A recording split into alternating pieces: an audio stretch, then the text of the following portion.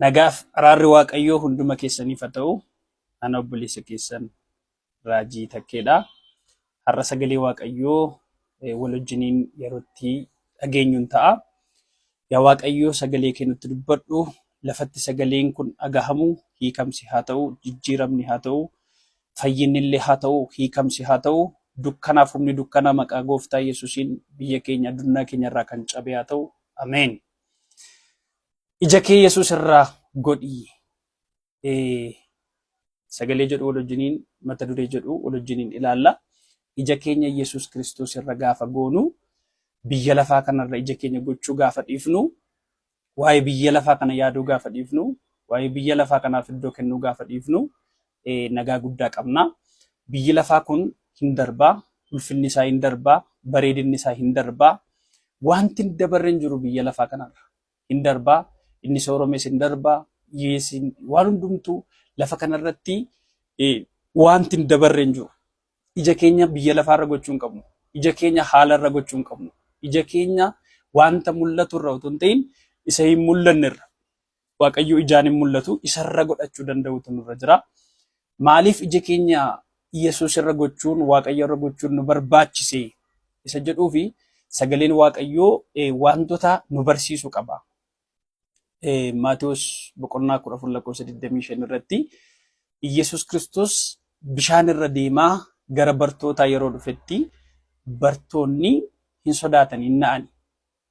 Biyya lafaarra ija ofii gochuun naasuu qaba, sodaa qaba. Kanaafiyyuu baay'ee sodaatanii, baay'ee raafamanii, baay'ee dhiphatanii Yesuus akkas jedhe, hin sodaatinaa, innoo anadhaa jedheen. Phexros inni bishaan irra deemaa jiru kun si yoo ta'e yaa Gooftaa, si yoo ta'e naaf eeyyamii akkuma kee bishaan irra nan deema, anis bishaan irra nan deema, shaakala haaraa nan jalqaba. Yesuus dhuguma namni Yesuusin amanate waan namni deemuu hin dandeenye irra deemuu danda'a. Bishaan irra eenyutu deema? Miilla isaatiin jechuudha. Miilla isaatiin bishaan irra deemuu eenyutu danda'a? Namni miilla isaatiin bishaan irra deemuu danda'u jira addunyaa kanarra. Garuu Phexros Waaqayyoon amanatee naaf eeyyami jedhee eeyyama gaafateetu bishaan sanarra deemuu danda'e. Yesuusin naaf eeyyami yoo jenne nu deemsisa. Wanta kanaan dura deemnee hin beekne irra nu deemsisa. Waan nu rakkise irra nu deemsisa.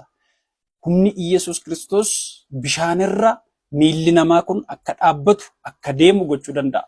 Haalarra humni Yesuus Kiristoos haalarra akka nu deemnu gochuu danda'a. Haala deemuu dadhabne irra nu deemsisa. Dukkana keessaa bahuu dadhabne keessaa nu baasa. Humna eenyutu?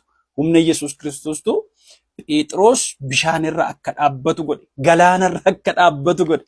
Galaanarra akka deemu godhe. Akkuma namni lafarra deemu kana galaanarra Yesuus eeyyamnaafiin Phexros galaanarra deeme.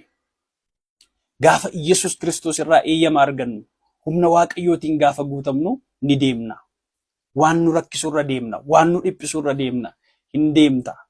Kanaafuu ija kee yeroo Yesuus Kiristoos irra godhattudha. Kanatti irra deemuu dandeessu. Kanatti mo'uu dandeessu. Hamma namni deemuu danda'u qofaa miti kanatti deemtu. Hamma namni deemuu hin dandeenye, waan namni irra deemuu hin dandeenye irrallee si deemsisa. Humni Waaqayyoo si deemsisa. Humni Waaqayyoo si deemsisa. Afurri Waaqayyoo lafa barbaade si geessa jedhe Abboodiyaan Eeliyaasiin. Afurri Waaqayyoo yoo barbaade ol si kaasa. Afurri Waaqayyoo yoo barbaade al tokkotti iddoo biraa si geessuu danda'a. Ati argamuu dhiisuu dandeessaa jedhe. Afurri Waaqayyoo nama deemsisa, si deemsisa. Waan ati deemuu dadhabdee irra si deemsisa. Kanaafuu ija keenya Yesuus irra godhachuun barbaachisaadha. Maaliif ija keenya Yesuus irra godhannaa? Sodaarraa bilisa ba'uudhaaf. Namni yeroo hundumaa ija isaa Yesuus irra yoo godhate sodaa malee jiraata. Sodaan immoo jireenya namaaf kiyyoo guddaadha. Namni sodaa keessaa ba'uu kan hin danda'u yoo Yesuus Kiristoos irra ija isaa godhatedha. Sodaa keessaa ba'uu barbaaddaa? Sodaa keessaa ba'uu barbaaddaa? Waan si sodaachisu keessaa ba'uu barbaaddaa? Dhukkubni si sodaachisuu danda'a. Waan adda addaa si sodaachisuu danda'a. Haalli kee si sodaachisuu danda'a. Ija kee Yesuus irra godhi. Hin baata amma. Hin baata. Waaqayyo si baasa. Namni sodaadhaan guutame, namni sodaadhaan qabame jijjiirama gochuu hin danda'u. Jijjiirama arguu hin danda'u. Namni gaafa sodaarraa bilisa ba'uudha. kan inni waan haaraa hojjechuu danda'u. Namni sodaarraa gaafa bilisa ba'udha. Kan inni waa kalaquu danda'u, waa uumuu danda'u, fayyaa argachuu danda'u. Sodaa qabaannaan nam tokko sodaa qaba taanaan utaalloon illee isa ajjeesuu danda'a. Dhukkubni xinnoo jedhamu illee isa ajjeesuu danda'a. Sodaa qaba taanaan jechuudha. Garuu immoo sodaan qabu taanaan namni dhukkubni isa ajjeesuu hin danda'u. Isa miidhuu hin danda'u. Hafuurri nama sodaachisu hafuura seexanaadha. Hafuurri nama jajjabeessu immoo hafuura Yesuusidha. Namni sodaan qabu taanaan moo'uu danda'a. Fayyuu danda'a.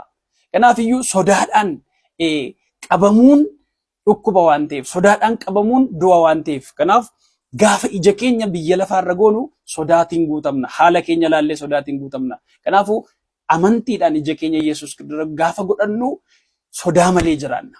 Sodaa malee jiraachuu jechuun birrii argachuu jechuu miti. Sooromuu jechuu miti. Namoonni baay'een sooromaniiru qabeenya qabu garuu sodaa keessa jiru. Hin sodaatu, galgala hin sodaatu, abjuudhaan hin sodaatu, ciisanii hin sodaatu. Namni Yesuus Kiristoos irra ija isaa godhatu garuu sodaa malee jiraata. Maqaan Waaqayyoo kan eebbifame haa ta'u. Wanti guddaaniif wanti barbaachisaan addunyaa kanarraa sodaa malee jiraachuudha. Sodaa malee akka jiraannu kan nu godhu immoo ija keenya Yesuus Kiristoos qofarra gaafa goonudha. Kanaaf Phexros deemuu jalqabe galaanarra garuu gidduutti maal godhee ija isaa galaanarra godhe, ija isaa qilleensarra godhe, waan nama sodaachisu irra godhe. Nyaatamuu jalqabe, hin nyaatames, hin iyyees, na oolchi yaa Waaqayyoo jedhe. Kanaafuu ija kee Yesuus irraa fuutee gaafa biyya lafaarra gootu sodaachuun kee nafu. Ija kee Yesuus irraa fuutee gaafa wanta jiruuf wanta adda addaarra gaafa gootu sodaachuun kee nafu. Sodaan garuu sammuu kee quucarsaa deema, jireenya kee quucarsaa deema, gassi deebisaa deema. Waaqayyo irraallee si fageessa. Dhukkuba adda addaatiin illee akkati qabamtu godha. Dhukkuba adda addaatiin yoo qabamte illee fayyuu akkati hin dandeenye si godha. Ija kee Yesuus irra yoo goote garuu ija kee Gooftaa Yesuus irra yoo godhatte garuu sodaa malee jiraatta. Haa jiraatu jiraatiin, haa dhufu nufiin. Waa'ee boruuf sodaan qabdu. Waa'ee boruu yaaddayinaa, waa'ee boruun sodaatinaa jedheera Gooftaan keenya Yesuus Kiristoos. Ija keenya Yesuus irra godhachuuni maalidha faayidaan isaa? Sodaa malee akka jiraannu godha. Maakaaraadha. Galanni Waaqayyoof haa ta'u. Sodaa malee akka deddeebinu godha. Tolaan amantiidhaan jiraata. Otoo sodaatiin, otoo hin dhiphatiin, otoo hin raafamiin, otoo hin jeeqamiin, otoo nagaan dhabiin amantii isaatiin jiraata. Ija kee Yesuus Kiristoos irra godhadhu. Ija kee haalarraa kaasi. Ija kee biyya lafaarraa kaasi. Sodaa malee jiraatta. Sodaa malee jiraachuutu siif mala. Ija kee Yesuus irra gaafa gootu addunyaan kun si sodaachisu. Oduun ati dhageessu sin sodaachisu. Fagoorraa dhiyoorraa waan ati dhaggeeffattu sin sodaachisu. Kanaafiyyuu ija keenya Yesuus irra godhachuun kan nu fayyaduudhaafi akka nuni sodaa malee jiraannuudhaaf maqaan Waaqayyoo kan eebbifame haa ta'u. Sodaa malee akka nuni jiraannuudhaaf. Haaleluyyaa. Lammaffaa kan ija keenya Yesuus irra godhachuun kan nu barbaachisuu fi Waaqayyo dhimma keenya keessa galee miraakilii godha. Yohaannis boqonnaa 2 irratti Yesuus Kiristoos lafa bishaan daadhiin hin jirretti bishaan daadhii godhee miraakilii godhe. Waaqayyo miraakilii godha Yesuus. Ija keenya isarra gaafa godhannu mana keenya keessa galee dhimma keenya keessa galee Yesuus Kiristoos miraakilii godha. Dhimma keenya keessa galee miraakilii godheen nu gammachiisa Yesuus. Haaleluyyaa. Miraakilii godha Yesuus. Ija kee isarra godhadhu Waaqayyo miraakilii si godha. Waan si jalaa bishaan ta'e daadhiitti si geeddara. Waan si jalaa dhume deebisee siif hojjeta Waaqayyo. Dhimma kee hojjeta, fayyaa kee hojjeta, sammuu kee hojjeta, jireenya kee hojjeta. Ija kee Yesuus irra godhachuun kan si barbaachisuuf Waaqayyo mana kee galee hojii kee akka hojjetuuf, jireenya kee akka haaressuuf, nagaa kee akka haaressuuf, dhimma kee akka haaressuudhaaf ija keenya Yesuus irra godhachuun nu barbaachisa jechuudha. Maqaan Waaqayyoo kan eebbifame haa ta'u. Ija kee Yesuus irra godhi. Miraakilii Waaqayyoo mana kee gala. Harki Waaqayyoo mana kee gala. Waaqayyo waan haaraa siif hojjeta. Haaleluyyaa, haaleluyyaa, haaleluyyaa. Yohaannis boqonnaa 2 irratti Yesuus Kiristoos wantoota hin danda'amne, waan sammuu namaan hin danda'amne godhe Yesuus. Mana qaaniin isa eeggatu, mana salphinni isa eeggatu ulfina godhe Yesuus. Ulfinni sii ta'a. Ija kee Yesuus irra godhi malee. Ija keenya Yesuus irra godhachuun kan nu gargaaruuf miraakilii Waaqayyoo akka nu argatu, harki Waaqayyoo akka nu argatu, eebbi Waaqayyoo akka nu argatu, Waaqayyo akka nuuf hojjetu taasisa jechuudha. Maqaan Waaqayyoo kan eebbifame haa ta'u. Haaleluyyaa. Maqaan Waaqayyoo bara baraan kan eebbifame haa ta'u. Sadaffaa irratti ija keenya Waaqayyoo irra godhachuun kan nu barbaachisuu fi waan nu jalaa du'eetu ka'a. Wangeela Yohaannis boqonnaa 11 irratti gaafa obboleessi Maartaa faa jalaa du'e Alaazaar isaanii maal godhanii yaada isaanii wanta hin danda'amne jedhanii yaadan jechuudha. Boqonnaa 11:30 irratti gaafa ilaallu Gooftaan Yesuus Kiristoos garuu dhufee jireenya Alaazaar dura qabu akka deebisu gaafa Maartaafaatti himu Maartaan hin amanne ija ishee biyya lafaarra gootetti bakka waan hin danda'amu jetteetti jechuudha. Amantiidhaan waan argite hin qabdu jechuudha. Ija kee Yesuus irra gaafa gootu hin kaa'arrayyuu hin danda'ama wanti bara dheeraadhaaf si jalaa bade du'e ka'a. Ija kee Yesuus irra godhi hin argita. Ija kee Yesuus irra gochuun wanta hin danda'amnetu siif danda'ama. Waan danda'amu qofa miti, waan hojjechuu dandeessu qofa miti.